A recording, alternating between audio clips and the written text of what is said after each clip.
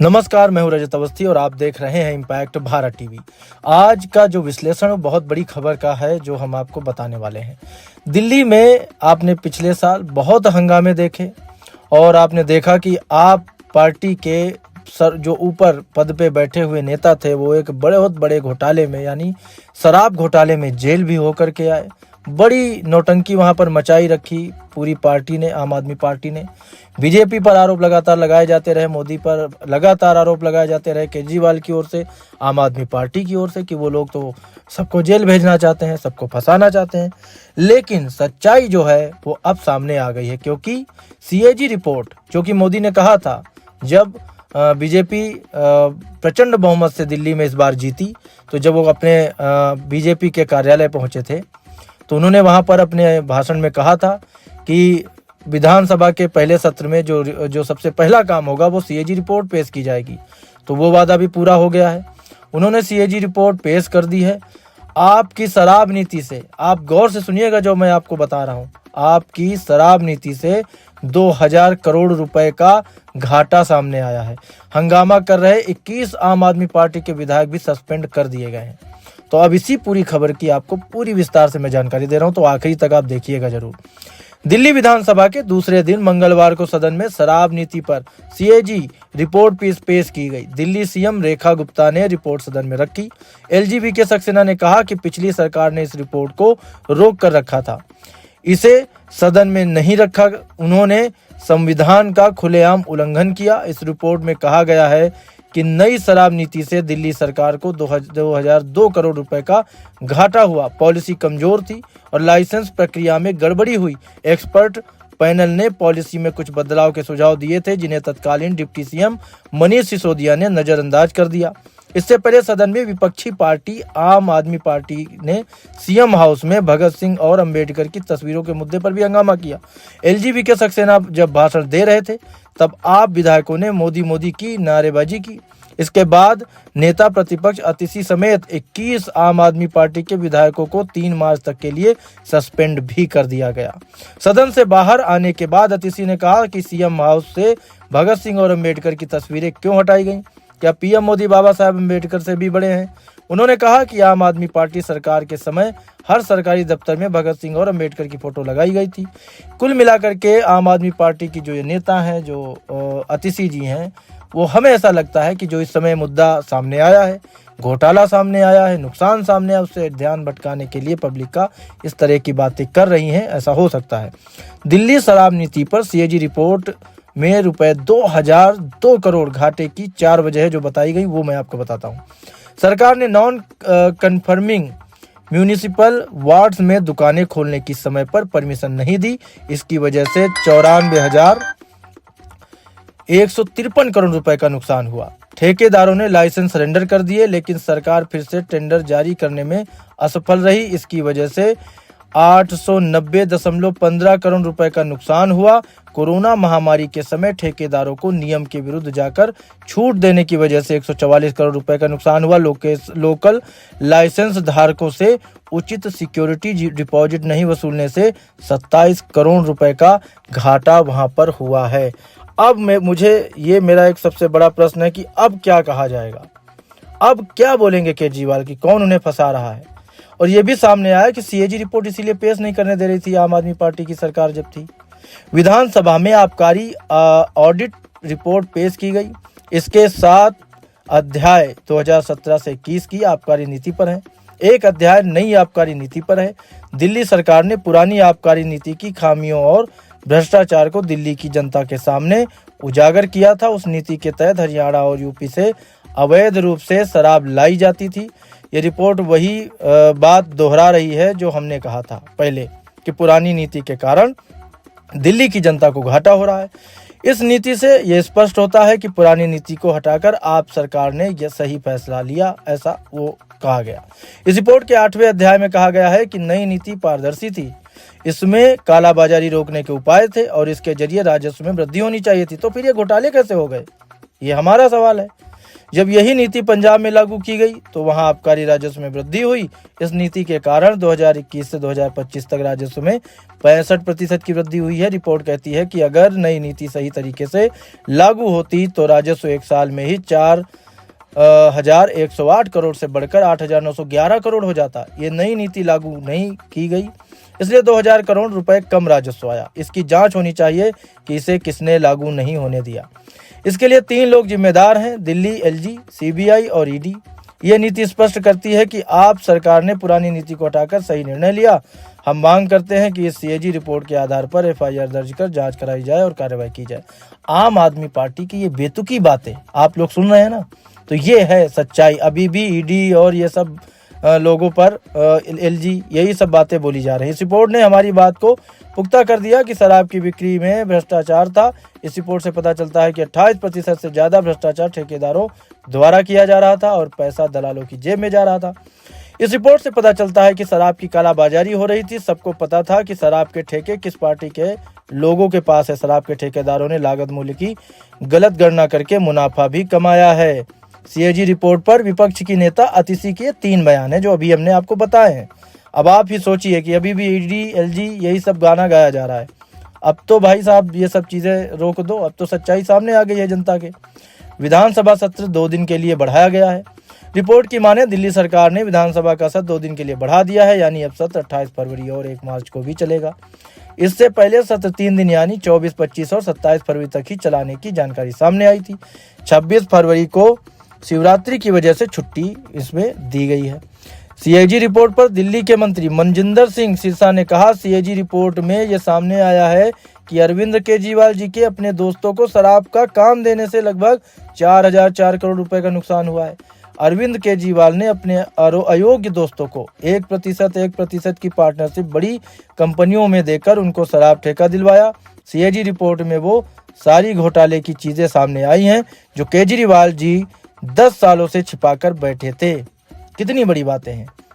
दिल्ली विधानसभा सत्र 14 pending CAG reports की अब आपको बात बताते। पहला, मार्च 2021 को खत्म हुए साल के लिए स्टेट फाइनेंस ऑडिट रिपोर्ट। दूसरा, 31 मार्च 2020 और 2021 को खत्म हुए साल के लिए revenue, economic, social, general sector और पीएसयू रिपोर्ट। तीसरी, 31 मार्च 2021 को खत्म साल के लिए दिल्ली में वाहनों से होने वाले वायु प्रदूषण की रोकथाम और शांति का परफॉर्मेंस ऑडिट रिपोर्ट। चौथा, 31 मार्च 2021 को खत्म हुए साल के लिए देखभाल और संरक्षण की आवश्यकता वाले बच्चों का परफॉर्मेंस ऑडिट रिपोर्ट। 5वीं, मार्च 2022 को खत्म हुए साल के लिए स्टेट फाइनेंस ऑडिट रिपोर्ट। 6ठी, दिल्ली में शराब आपूर्ति पर परफॉर्मेंस ऑडिट रिपोर्ट। 7वीं, मार्च 2023 को खत्म हुए साल के लिए स्टेट फाइनेंस ऑडिट रिपोर्ट। 8वीं, पब्लिक हेल्थ, इंफ्रास्ट्रक्चर और स्वास्थ्य सेवाओं के मैनेजमेंट पर परफॉर्मेंस ऑडिट रिपोर्ट। 9वां, दिल्ली परिवहन निगम की वर्किंग पर भारत के कंट्रोलर एंड ऑडिटर जनरल की परफॉर्मेंस ऑडिट रिपोर्ट। 10वीं, दिल्ली परिवहन निगम के कामकाज के लिए भारत के कंट्रोलर एंड ऑडिटर जनरल की परफॉर्मेंस ऑडिट रिपोर्ट। 11वीं, फाइनेंस अकाउंट्स 2021-22। 12वां, अप्रोप्रिएशन अकाउंट्स 2021-22। 13वां, फाइनेंस अकाउंट्स 2022-23 और 14 नंबर पर अप्रोप्रिएशन अकाउंट 2022-23। ये सारी रिपोर्टें जो हैं पेंडिंग हैं। 14 रिपोर्टें पेंडिंग करी आम आदमी पार्टी की सरकार ने।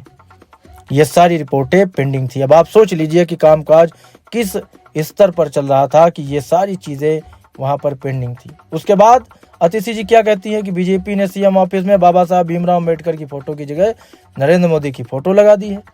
मुद्दे से भटकाना आम आदमी पार्टी को बखूबी आता है और यही वो कर रहे हैं बार बार। वहीं दिल्ली विधानसभा में आज पेश की जाने वाली सीएजी रिपोर्ट पर दिल्ली बीजेपी अध्यक्ष वीरेंद्र सचदेवा ने कहा, सीएजी रिपोर्ट आपके काले कारनामों का चिट्ठा है।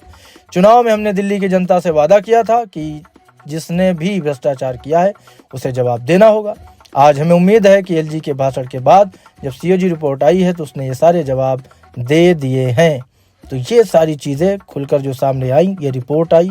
अब आपको थोड़ा सा हम ये बता देते हैं, मुख्य बातें थोड़ा सा आपको बता देते हैं कि ये जो रिपोर्ट आई है, इस रिपोर्ट में क्या क्या बातें कही गई हैं, क्या क्या घोटाले सामने आए हैं। तो पहला, नई आबकारी नीति से दिल्ली सरकार को करीब 2,000 करोड़ का घाटा लगा है। नई शराब नीति में पहले एक व्यक्ति को एक लाइसेंस मिलता था। नई नीति में एक शख्स 2 दर्जन से ज्यादा लाइसेंस ले सकता था। दिल्ली में पहले 60% शराब की बिक्री 4 सरकारी कॉरपोरेशन से होती थी। नई शराब नीति में कोई भी निजी कंपनी रिटेल लाइसेंस ले सकती है।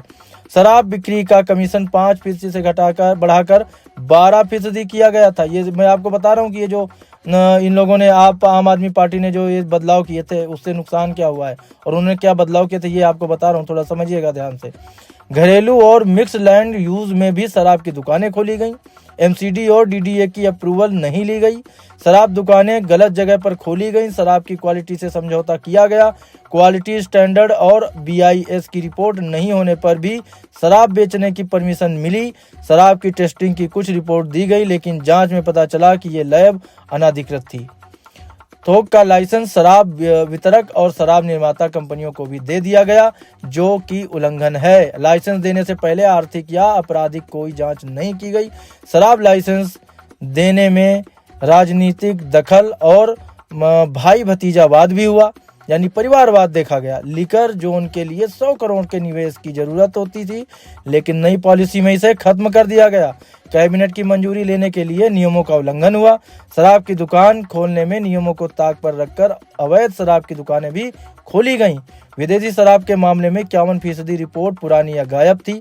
शराब में हानिकारक तत्वों की रिपोर्ट को अनदेखा किया गया। दिल्ली की शराब की तस्करी को रोकने के लिए कोई ठोस उपाय नहीं उठाए गए।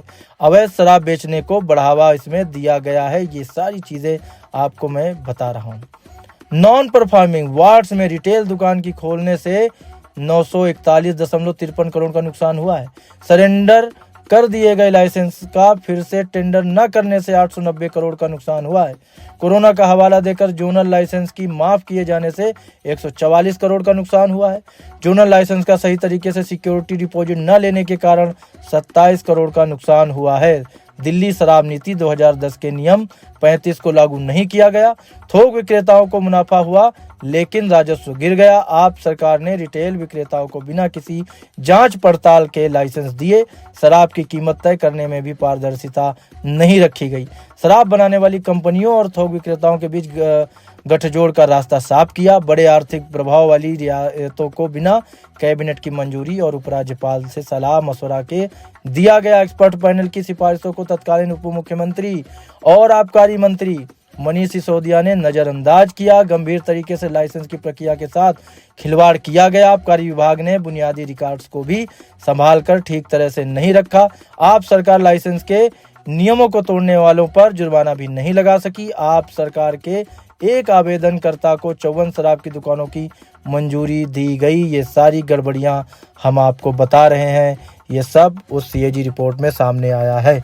यानी कि दिल्ली के लोगों के जीवन के साथ सीधा सीधा आप बोल सकते हो खिलवाड़ हुआ। दूसरा, राजस्व के साथ खिलवाड़ हुआ कि ऐसा सिस्टम बनाया गया कि सारा कमीशन जो है सरकार की जेब में जाए, व्यक्तिगत लोगों की जेब में जाए जो इस नीति को लागू कर रहे थे। सरकार के खजाने में कुछ ना जाए। ये नीति वहां पर आप ऐसा कह सकते हो, ऐसा कहा जा सकता है कि लागू की गई आम आदमी पार्टी के द्वारा, जो आज साफ है। और ये बहुत गंभीर चीज है।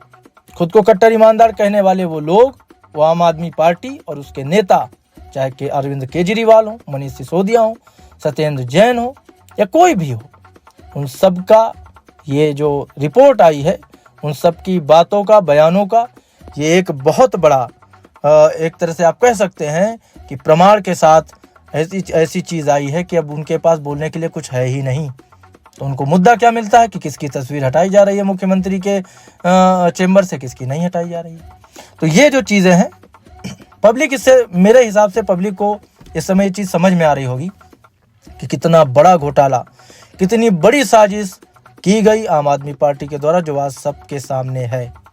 अब देखना यह है कि अरविंद केजरीवाल जी इस पर क्या बोलते हैं, और अब देखना यह है कि ऐसे लोग जो दोषी हैं उन पर आगे क्या कार्रवाई होती है, आगे किस तरह से कानूनी प्रक्रिया उनके लिए बढ़ाई जाती है। तो अभी के लिए इस बड़ी खबर में इतना ही। अब हमारी मुलाकात आपसे जल्द होगी एक और बड़ी खबर के साथ। तब तक आप देखते रहिए इम्पैक्ट भारत टीवी।